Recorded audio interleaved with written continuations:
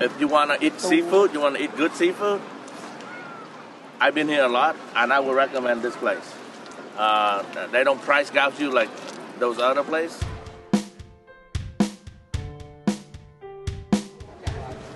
Hey everybody, it's me, Kyle, and guess what? I'm in NHA TRANG, and we are going to go on a boat.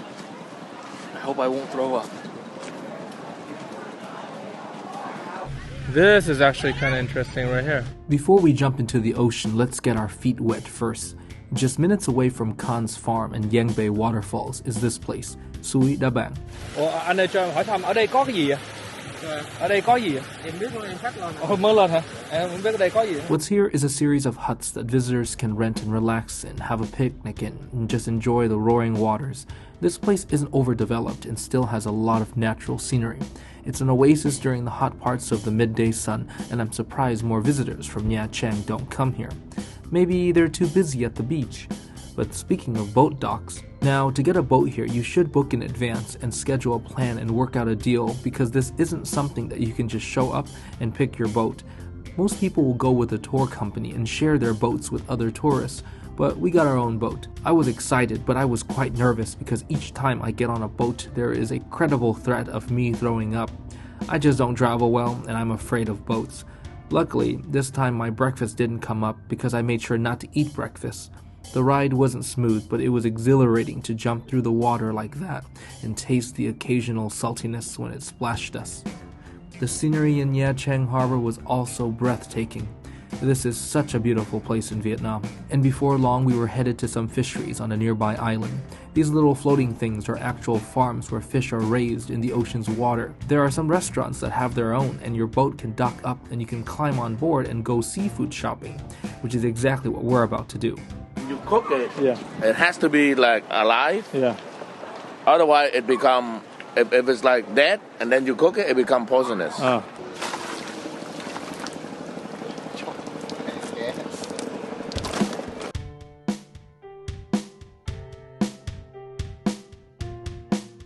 Fishermen will sell their live catch to the restaurants where they'll store them here, and I've never seen some of these fish before, and I didn't even know you could eat them. Lobster?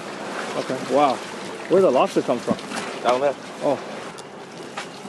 Wow.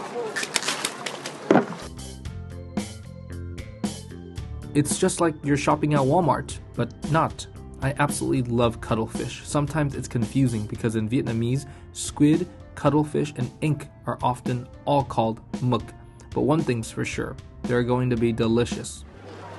Alright, they're gonna pull us in here.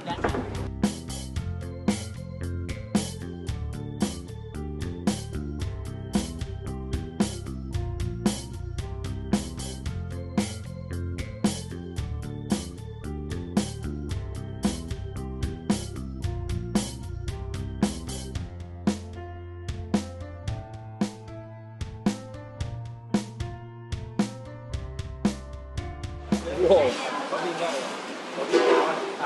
That's incredible. Never seen that before. That big.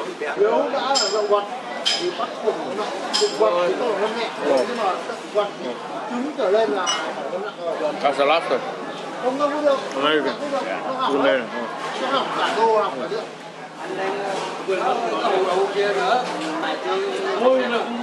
And here's one way to tell if someone is European. The lobster was grilled with garlic and the meat was so rich and firm.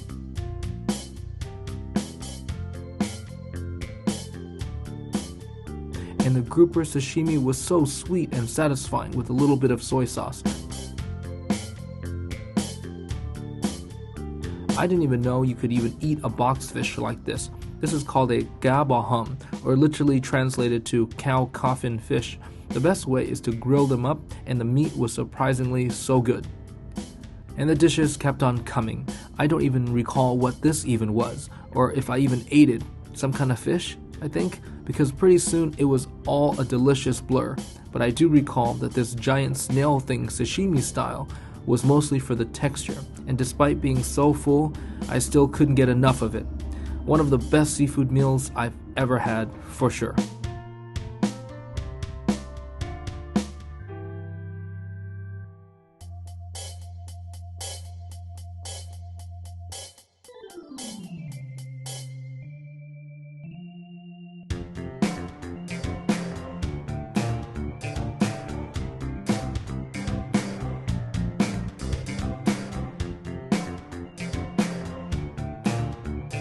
And the owner joined us at the end, and he was a very funny guy. And people like him make Vietnam travel extra meaningful to me.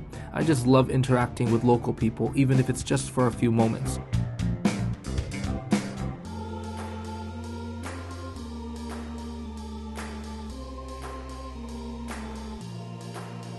And there's nothing like going for a swim after a full meal, so we were off to find an island. Most islands close to Nha Trang can be full of people and quite touristy, but they're also one of the better places to enjoy nice sand and nice water. We found one that wasn't too busy.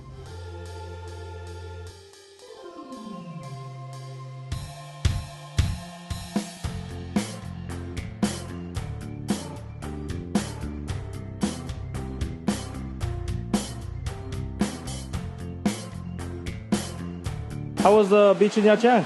Nice, but I forgot my coat, so now I get to walk around Dam, in Dam Cove.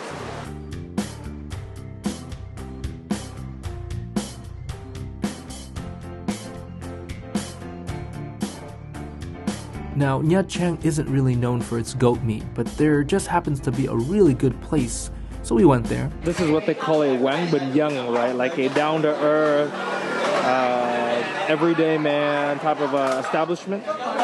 And you can tell, look, everyone's pitching in to help clean. When you finish your beard, you just throw it on the ground, the bones on the ground, you know. This is Vietnam. This is the real Vietnam. See, the more screaming means it's good. And the thing about goat meat is that preparation is crucial to how edible it'll be. Even if the meat quality is good, the cooking process and seasoning has to be perfect, or else the dish will easily be too gamey. That's the hard part with goat. It's often hit or miss, and this place was definitely a hit.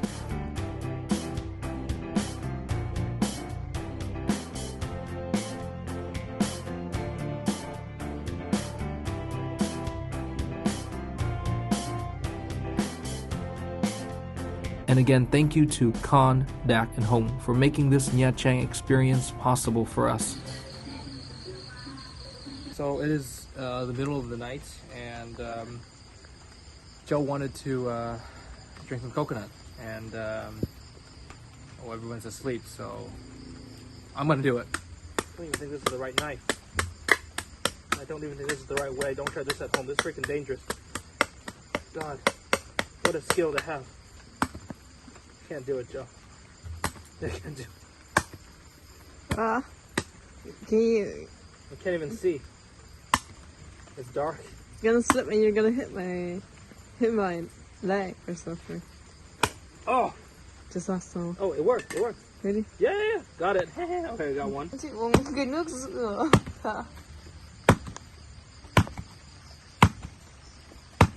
Well, cheers to Joe in Vietnam. I think we'll be seeing a lot more of you in the weeks to come. Thumbs up for Joe, everybody.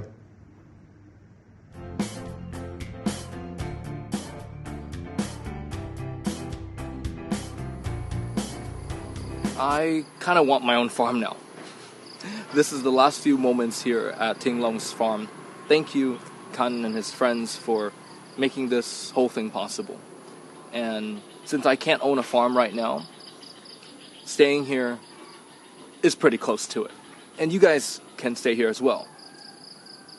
Everything's still relatively a work in progress, but hopefully soon, within the next month or two, this place will be fully functional and running. So in the meantime, contact Hong, the manager here, and book a place to stay, and tell them Kyle sent you if you want to experience your own farm. Now we're actually going to be going to Dalat City. The guys are going to give me a ride and drop me off, and then Joe and I are going to be on our own to fend for ourselves for the first time here in Vietnam. So join us. That's it from Nha Trang. Some great Dalat videos will come your way with many new things I've never experienced before.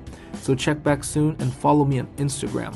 I'm actually recording this in Bắc Giang right now, and you would have known that if you followed me on Instagram or Facebook.